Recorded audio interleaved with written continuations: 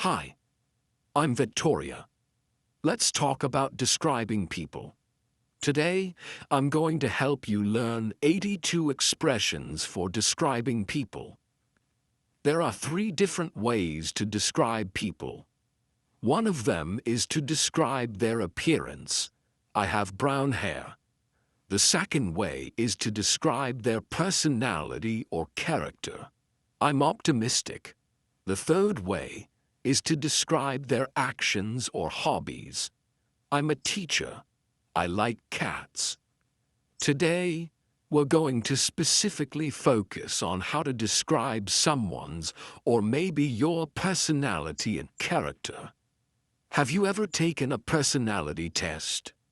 These kinds of tests try to tell you something new about your character, or maybe put you into a category. You are a comforter. You are enthusiastic. You are a pessimist. Personally, I hate almost every personality test. Why do I need a test to tell me about my personality? I already know my personality. You probably learned a lot about me just from that statement. I don't need a test. I don't need someone else to tell me about my personality. Having said that, sometimes personality tests can be really helpful for expanding your vocabulary so that you can accurately describe people. Maybe you just got a new job and you want to tell your husband about your boss. You want to explain your boss's character, or maybe how your boss looks, or some things that your boss does. Or maybe you're on a first date with someone and you want to tell them the wonderful things about your personality. You need to describe yourself. In this lesson, I'm going to give you the vocabulary to accurately describe other people and also yourself. Today, I want to ask you 6 questions to learn more about your personality. The goal is to choose some of these nouns and adjectives and create a sentence or maybe a couple of sentences describing yourself. If you feel like this is too personal, you can kind of create a list for someone else in your life. At the end of this lesson, I have some extra special material. You're going to see a conversation with 5 native English speakers where we try to describe each other. Hopefully, this will help to also expand your vocabulary, but you'll have to wait until the end of this lesson. All right, let's get started with the first question on this personality test. Personality test question number 1.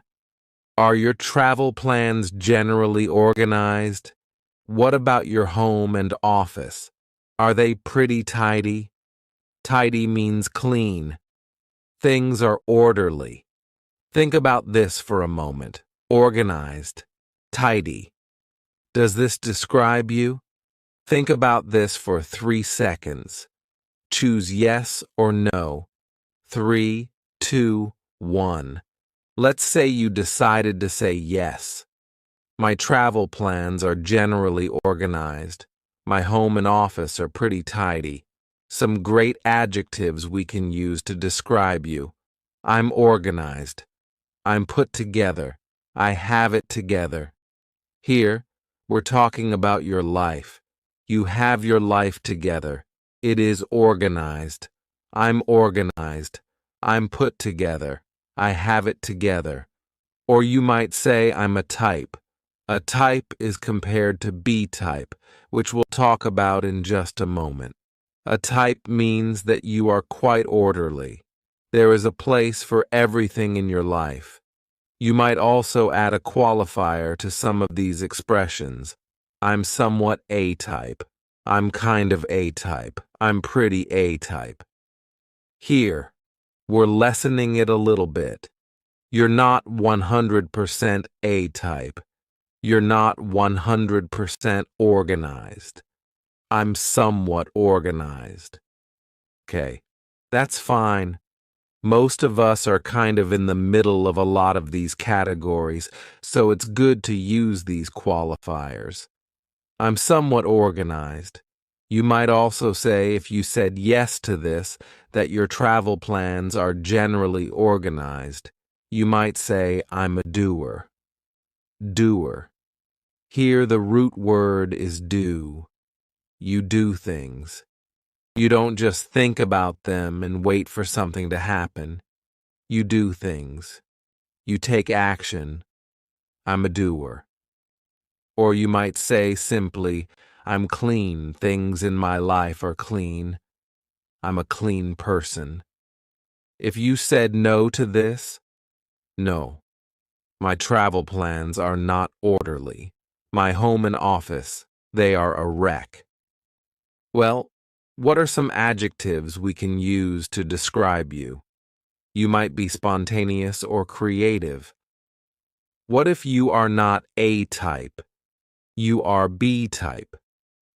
B type means that you don't always have things orderly. Maybe you tend to be slower at doing things. You think about things a lot. Usually B type people might be a little more of the creative, spontaneous type. That's why you're in this list. Then we have some negative words that we can use to describe these people as well. You might be scatterbrained. Here, we can imagine in your head things are not orderly. They are scattered. Scattered means unorganized. If you say to someone you are scatterbrained, it is not nice. You could say it about yourself. That's fine. I'm scatterbrained. But you don't want to say that about someone else. During today's lesson for these words that are definitely rude to say to someone else, I put a little star beside it so that you know I should probably be careful saying this to other people because these are always negative. The final thing you might say if you said no to this question is, I'm not clean.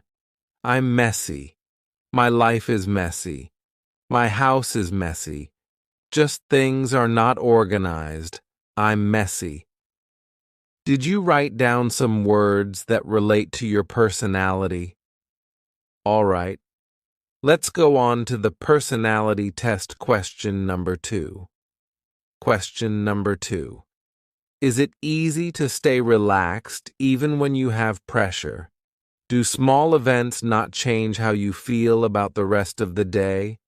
Maybe a small negative thing happens and who cares? It doesn't bother you. You can just easily forget about it. Think about these questions. Is it true for you? Yes, I can easily stay relaxed even when there's pressure. Yes, I can easily forget about little annoyances during the day. Or no, it's hard for me to feel relaxed even when there's pressure. Think about this for you, and let's talk about some words in 3, 2, and 1. What if you said yes to this? It's easy for me to feel relaxed even when there's pressure. Yeah. If there's small, annoying things that happen during the day, it doesn't bother me. What are some words we can use to describe you? You could say, I'm easygoing. Nothing phases me. I'm optimistic. I'm even-keeled. We talked about this word in a previous lesson where Daniel and I talked about our relationship, our marriage together. He said that I'm even-keeled. This is a great word. You might say I'm confident, I'm calm, I'm rational. These are all things that you might use to describe you if you said, yeah, I can easily stay relaxed even when there's pressure. What about if you said no to this question? What if you said no, I don't easily feel relaxed. I'm often not relaxed. I'm often stressed. What are some words we can use to describe you? We might say, I'm sensitive. This means that things affect you easily. It's not always a negative thing. Of course, it depends on the situation. If you're applying for a high-stress job, you don't want to say I'm sensitive. It probably means you're not a good fit for the position, but this could be just to describe you personally. I'm sensitive. Or maybe you might say I'm emotional. Your emotions play a big part in your life. Another way to say emotional is moody. Moody is always a negative thing. This means you're in a good mood. You're in a bad mood, and you're swinging between those moods, and there's no rhyme or reason. That means there's no predictability. One day or one moment you feel like this, and the next day or the next moment you feel like this. You're moody. This is stronger than emotional. This is much more negative than emotional, so don't tell someone you're moody. Especially if they are moody, it won't go well. Do you know what the opposite of optimistic is? You might be pessimistic. Pessimistic means that the glass is half empty. The glass is not half full. The glass is half empty. This is an expression that means you always see maybe the negative side or what if this happens. You're always asking what if in kind of that negative way. Of course, it's good to balance being optimistic and pessimistic, but these are the two extremes. The next 5 words mean something very similar, and they're all negative. I don't recommend telling someone else that they are these things. Of course, you can say them about yourself if you would like. You might say, I'm uptight. Tight. We can kind of imagine something inside of you is maybe twisted or tight, and inside of you, you don't feel relaxed. You're uptight. Or maybe you're anxious. You can say, I'm anxious, and that describes your personality, but you might just be anxious about one thing. I'm anxious about my exam tomorrow. Okay. Maybe in general, you're not an anxious person, but you're anxious about that specific activity. That's fine. That's not really describing your personality. Every day I'm often anxious. No, it's just one specific thing, or you might be high-strung. High-strung has that same feeling of uptight, anxious, and high-strung. Or you might be a worrier. A worrier. She is a worrier. That means that she worries a lot. This defines her personality. She's a worrier. Or we might say neurotic. He's neurotic. She's neurotic. I'm neurotic. This is quite strong. You are uptight, and a lot of things bother you. Let's go on to personality test question number 3. There are actually 3 questions in one here. They are: is it difficult to introduce yourself to new people? Do you feel tired after you spend time with a group of people? Is a good book or a good movie more interesting than a social event? Think about those questions for a moment. Is it difficult to introduce yourself to new people? How do you feel when you get together with a group of people? Do you feel tired? Think about that for a moment. If the answer is yes or no. 3, 2, 1. Let's imagine that you said, yeah, it's difficult to introduce myself to people. I think that when I get together with a group of people, I feel so tired. I would rather read a good book or watch a movie than go to a social event. If you said yes to this, let's talk about some adjectives that can describe you. You could say, I'm reserved, I'm shy, I'm timid, I'm introverted, or just simply I prefer small groups. I know some people are like this. They don't like big groups. They would rather get together with just one other person, or maybe 2 or 3 other people, not a group of 20 people. I prefer small groups. I'm introverted. I'm reserved. I'm shy. I'm timid. These are all great words. What about if you said no? I feel energetic when I get together with a group of people. I would rather go to a social outing. It's no problem to introduce myself to new people. What are some words we can use to describe you? You could say I'm outgoing. I'm the life of the party. Now, for this expression, it's probably better that someone else says this about you just because it's maybe not so humble if you say, I'm the life of the party. It means that everybody loves me. People love talking with me. It's probably better if your friend said, yeah, Victoria, she's the life of the party, instead of me saying it about myself. But this might be an expression you can use to talk about someone like this. Or you might be the opposite of introverted, extroverted. You are at ease in social situations. You take initiative. You are social. This word initiative is a beautiful word. We can imagine that when there are 2 people maybe in a gathering and they both are kind of looking at each other, but they don't really want to start a conversation. The person who starts the conversation, that person takes initiative. They took that opportunity. If you have no problem introducing yourself to other people, or maybe asking questions at a store, you take initiative. Let's go on to question number 4 of this personality test. Do you often get lost in thought and kind of forget your surroundings? Do you often think about the meaning of life? Do you get lost in thought?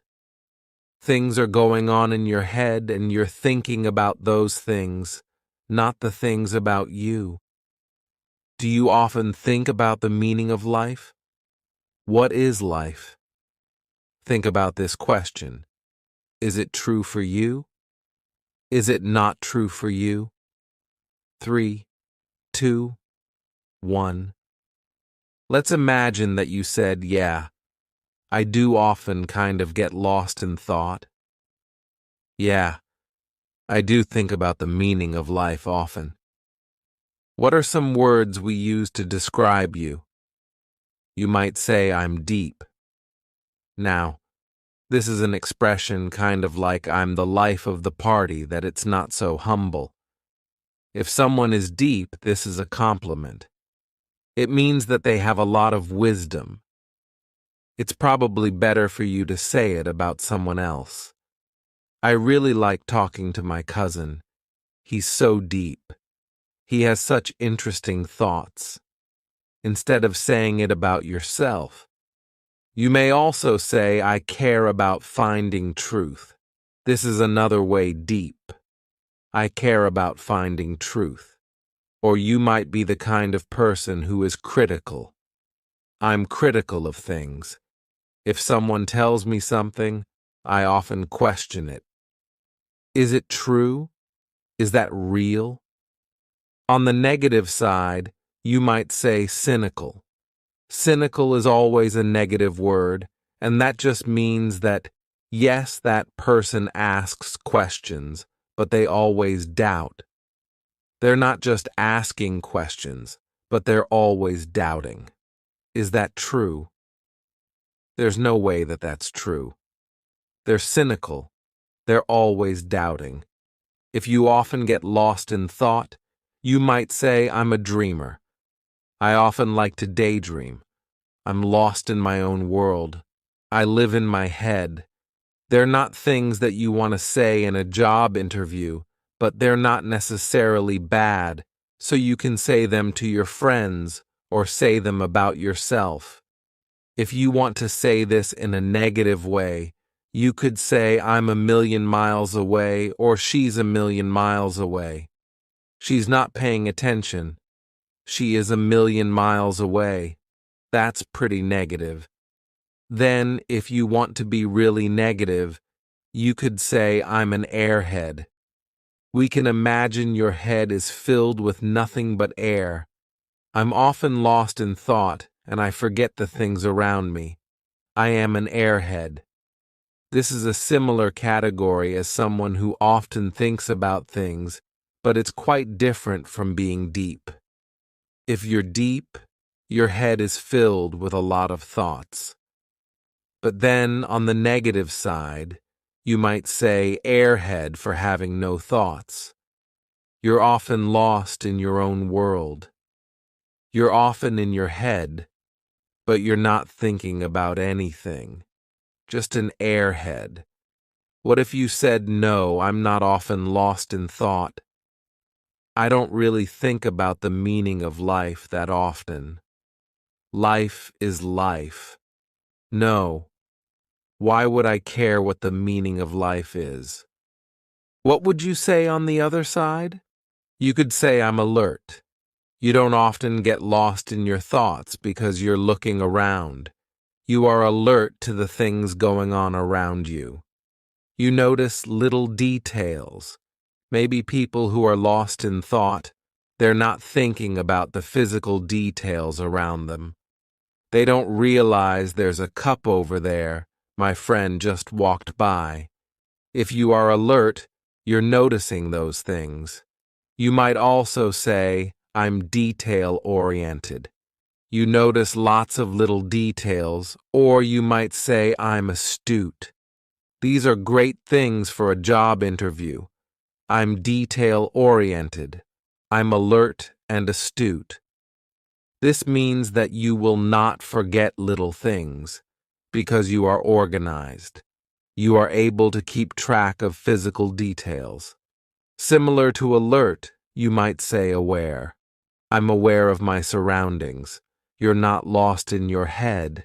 You are aware. Or you might be a realist. A realist. This is quite the opposite of somebody who's thinking about the meaning of life. Well, if I think about the meaning of life, I'm never going to really find out, so why would I waste my time? A realist would say that. If you think, you might be a realist, or you might just be practical. Practical and a realist are both quite similar. You are practical. You're not going to waste your time if you know that something won't be profitable or won't be helpful. I don't think it's really helpful to contemplate the meaning of life. I'm just practical. This might be something you can use to describe you. Let's go on to the next question. Personality test question number 5. When you want something, do you often not change your mind? When you want something, do you often not change your mind? Think about this. Is that true for you? You don't change your mind, or I'll say I change my mind. Well, it's not so serious for me. Think about this. 3, 2, 1. Let's imagine that you said, yes, it is true for me. When I want something, I don't often change my mind. What are some words we can use to describe you? We could say, you are diligent. You're motivated. I want to study English. I'm going to become fluent in English. I'm going to feel more confident in English, and I will be diligent. I will study every day. I'm motivated. I will study every day.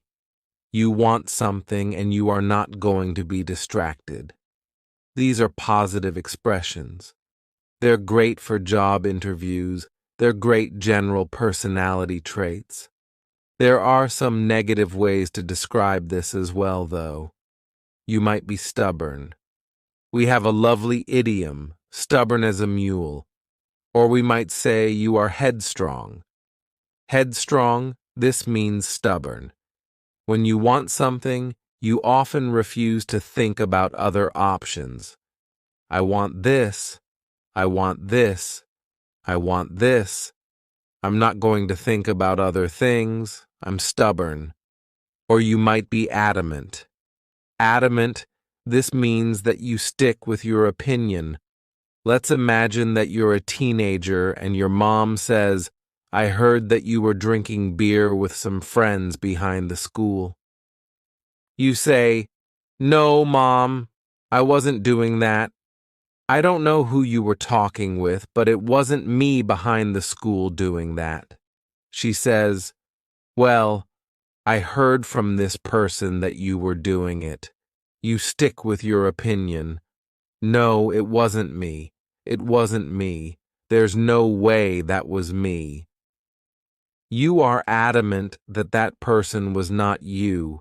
You are adamant about something. This means that you refuse to change your story about something. You are adamant. You also might be opinionated. You have opinions, and you're not really afraid to share them. This isn't necessarily a negative thing to be opinionated.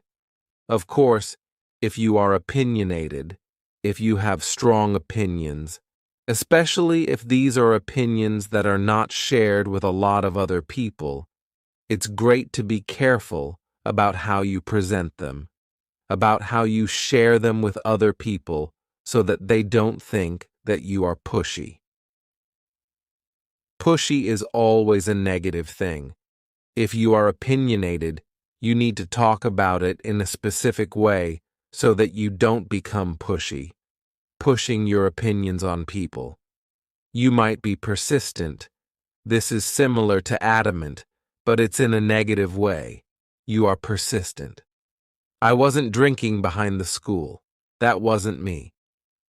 You are persistently keeping with the same opinion. Persistent. Or maybe you have a 3-year-old and that 3-year-old is asking for candy. I want candy. Mom, I want candy. I want candy. That 3-year-old is persistent. They are wanting it, and they're telling you again and again and again. You might hear the word bossy. I'm bossy. She's so bossy. He's bossy. This is similar to persistent. Adamant, you're telling someone, you should do this. You should do this. You do this. You do this. Like a boss, but usually if you're a good boss, you don't act like that. You're much kinder. But we use the term bossy for people who have an opinion and they're not really going to change it in this negative way. What if you said the opposite thing to this question?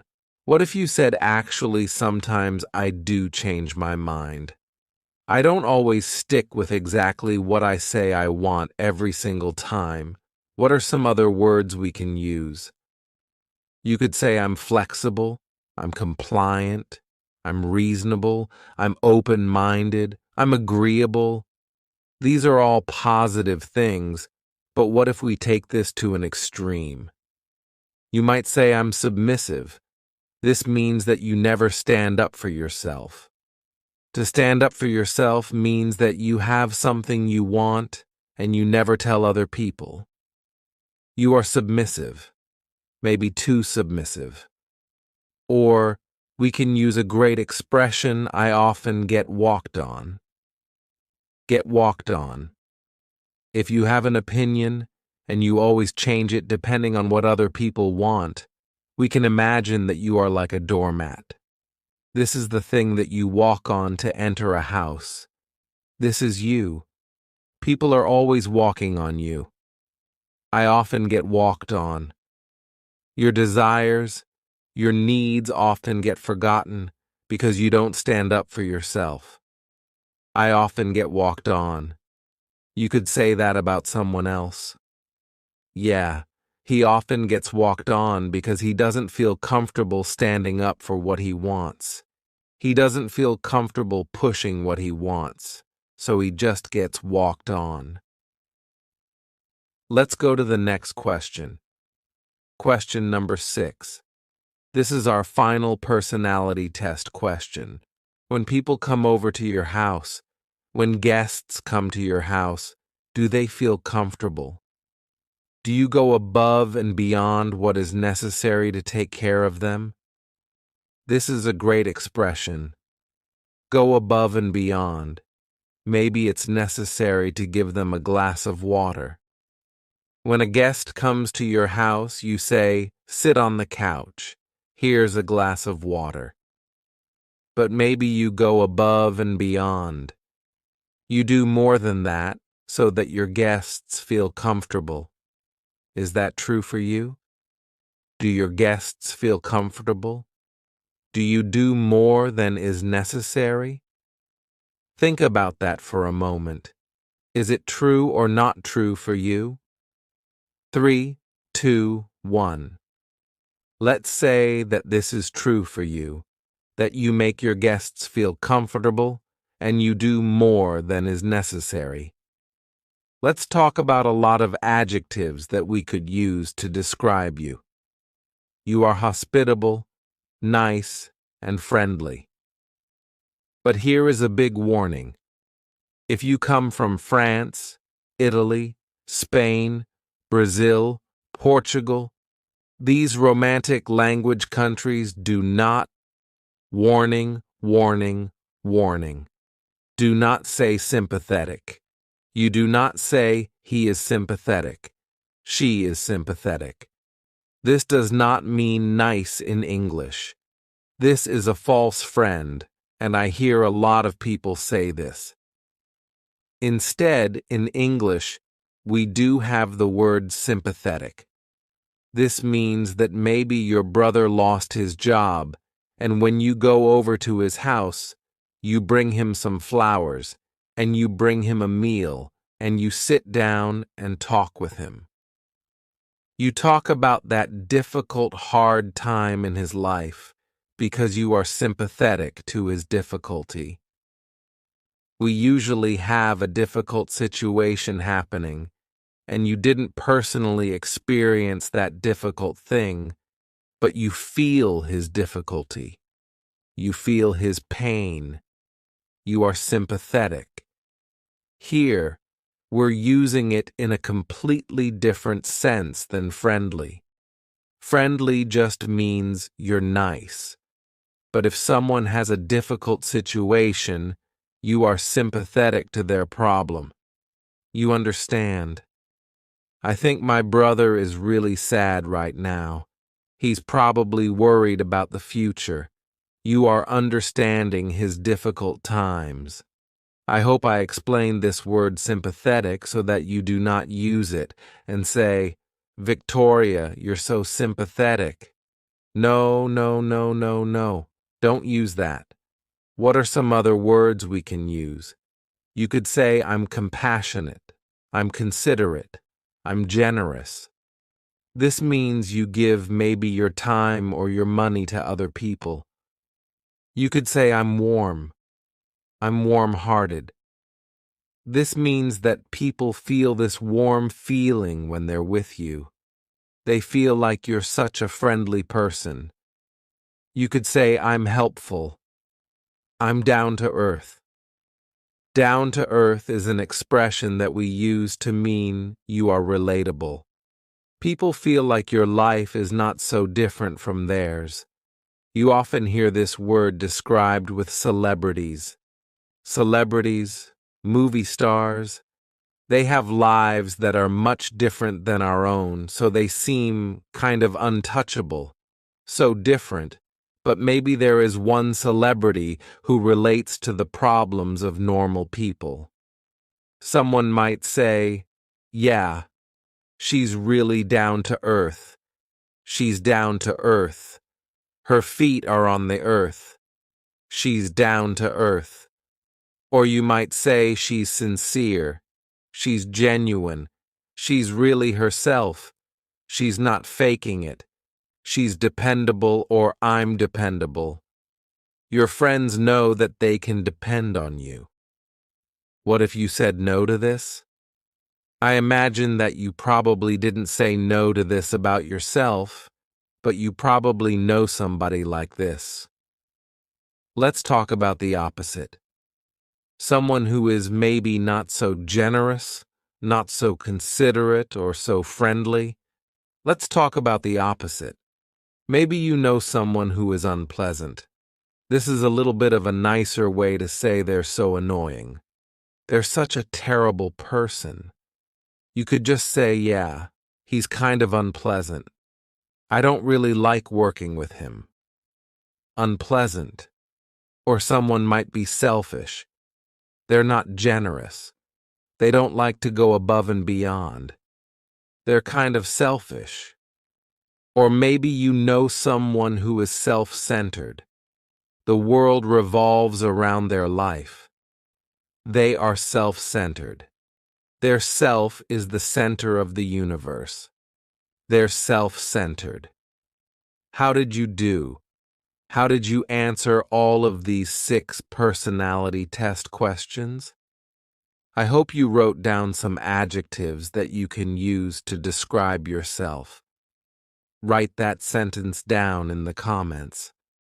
But before we go, I'd like to share some extra material with you today. You're going to see 5 native speakers. They are 3 friends, plus my husband, plus me. We are attempting to describe each other. I sat down with each of my friends individually and asked, how would you describe this person? How would you describe that person?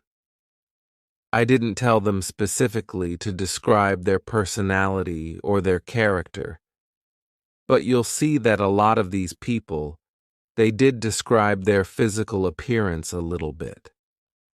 But most of these descriptions had to do with their personality or character.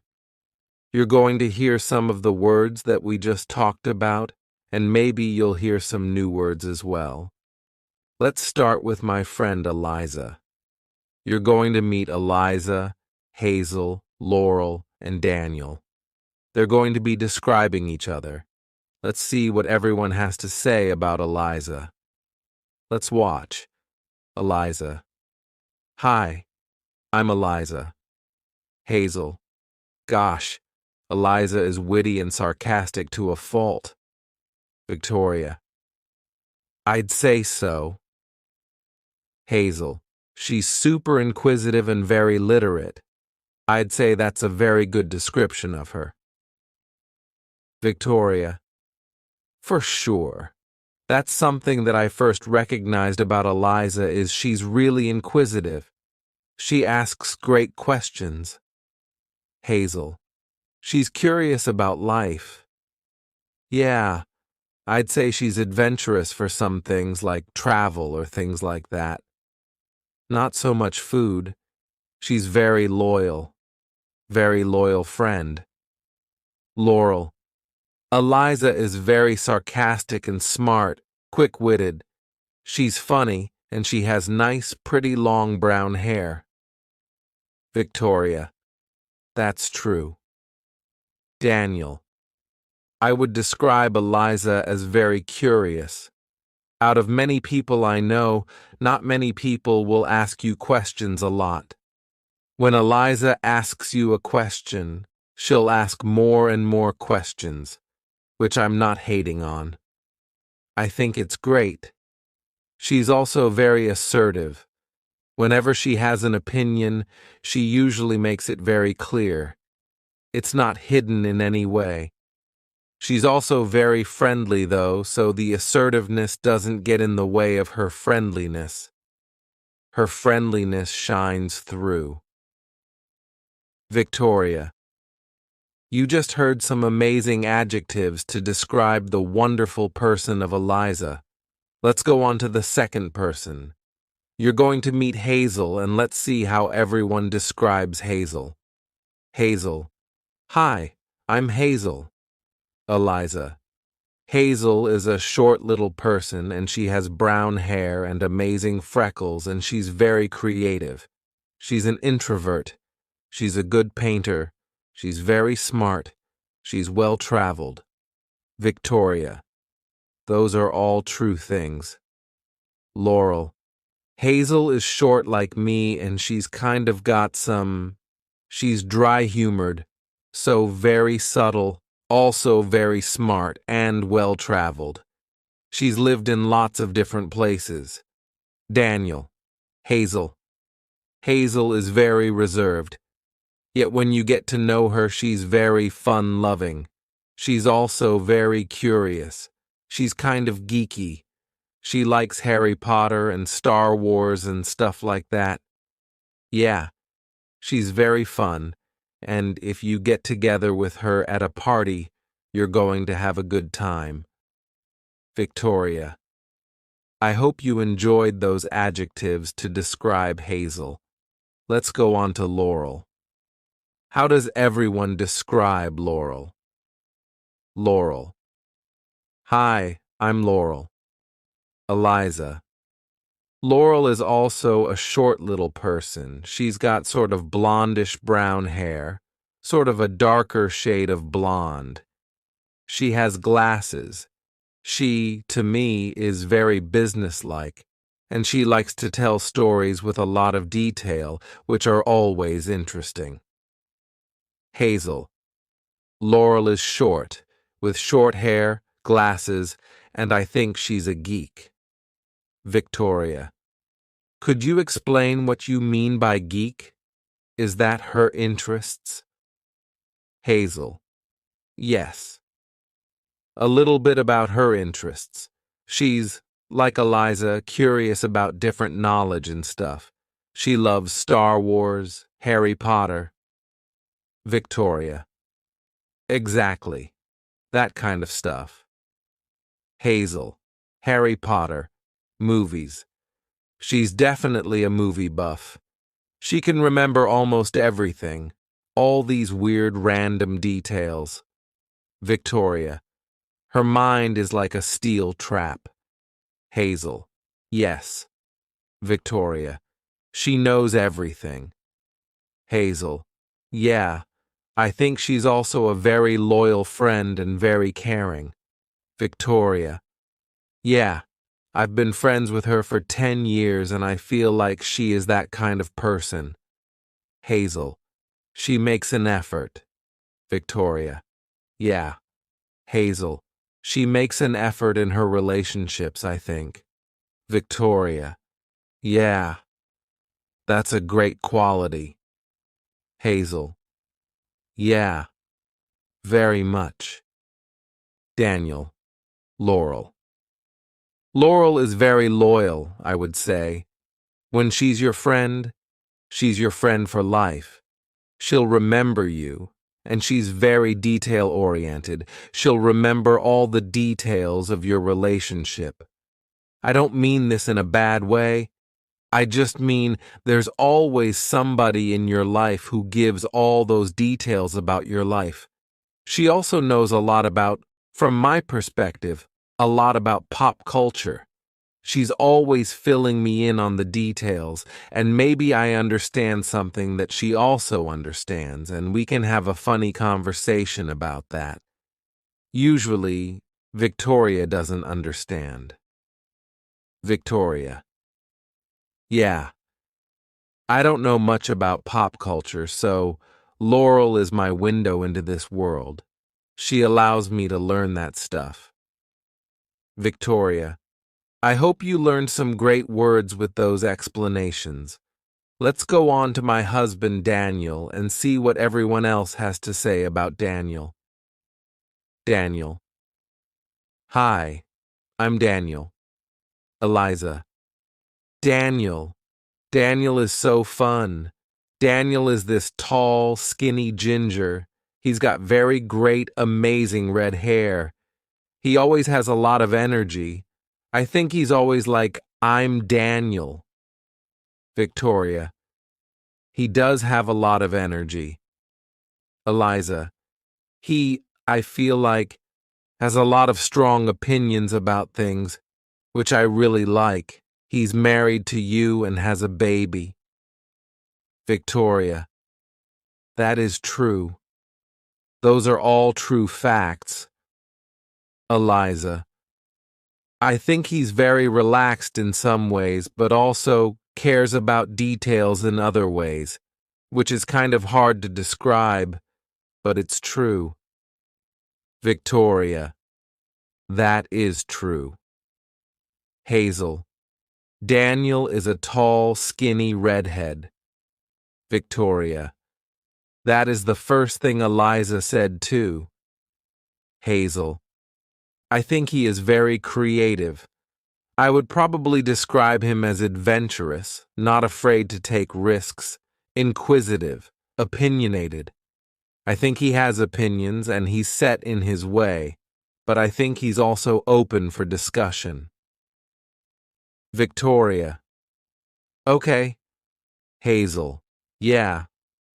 Laurel. Daniel. Oh, Daniel. Victoria. Other people said that too. Daniel. Oh, Daniel. Laurel. Daniel is thin, and he has red hair, very red hair. He can be kind of loud and enthusiastic. That's a good word for Daniel. Victoria. Enthusiastic. Laurel. He's very intelligent too, and adventurous. He's into lots of different things and learning. He likes to learn. Victoria.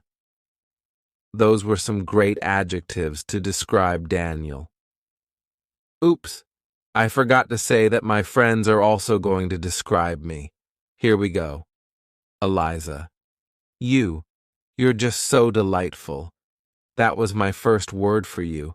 Not just because you're in the room, but because you are just delightful. Victoria. That's so nice. Eliza. You have an effervescent personality. I feel like you're very uplifting for other people. You bring a lot of joy to people. I feel like you always seem like you have it together. That's definitely my most overarching impression of you, is you have it together. You're also a very good host.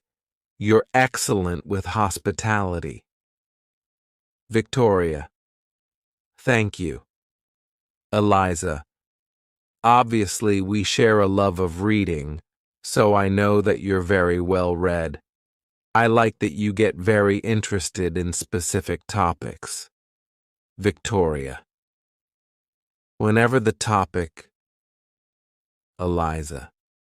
Whenever we read a book, she's like, I went and did research and I found this out and this and this. It was just very interesting. Victoria. I think that's quite true that when I'm interested in something, I'm really interested. Eliza. You go all the way. Victoria. Just go into it. Yeah. Well, thank you for your kind words. Eliza. Yes. Hazel. Victoria. Victoria. Tell me what you think. Hazel. I think you're probably one of the kindest people I've ever met. I think you're just very genuinely nice. Victoria. Thanks. That's really sweet. Hazel. I could be wrong. Victoria. You know when you're not around, Hazel. I'm evil. Hazel. I think you're also very inquisitive and very literate. Victoria. I like to read. Hazel. I think you are very curious about the world and people like this. I think where you and Daniel fit well together, he seems super creative, comes up with ideas, but you're very good at implementing ideas. I think you're good at keeping people on task. Victoria. Okay. Hazel. Focusing on the point. Victoria. Yes. Hazel. I think you need that. You run your own business, so I think that is a good quality. Victoria. Yeah, got to be able to focus. Hazel. Yes, exactly. Victoria. That's great. Hazel. I think you are very good at having fun, but also getting the work done. Victoria. Being serious when I need to be serious. Hazel. Exactly. Laurel. Victoria is kind and warm and likes to learn as well, well-traveled also, and you have pretty brown hair too. Victoria. Thank you. Daniel. Victoria. Victoria. No pressure. I'm your wife. I'm sitting right here. Daniel. Number one adjective is wonderful. Victoria. Thank you. Daniel. Victoria is probably the nicest person on earth. By nicest, I mean almost just like sincere. She's always very sincere, very caring, very curious, always sincerely interested in most people's topics. Like I'll hear even a boring person say something and she'll be like, oh, well, very interesting. I don't think she's making it up either. I think she's seriously very interested. Victoria. Yeah, life is interesting. Everyone has something interesting if you listen close enough. Daniel. Yes. She's also very fun-loving. You can do a lot with her. Obviously, I like Victoria a lot because I decided to marry her. Victoria. I'm glad you like me a lot.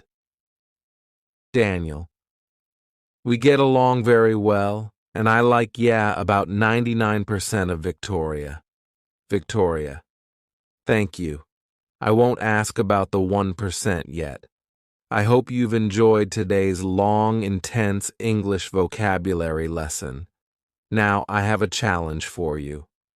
In the comments below this video, I want you to try to write a sentence or two or three describing yourself, or maybe describing someone else in your life.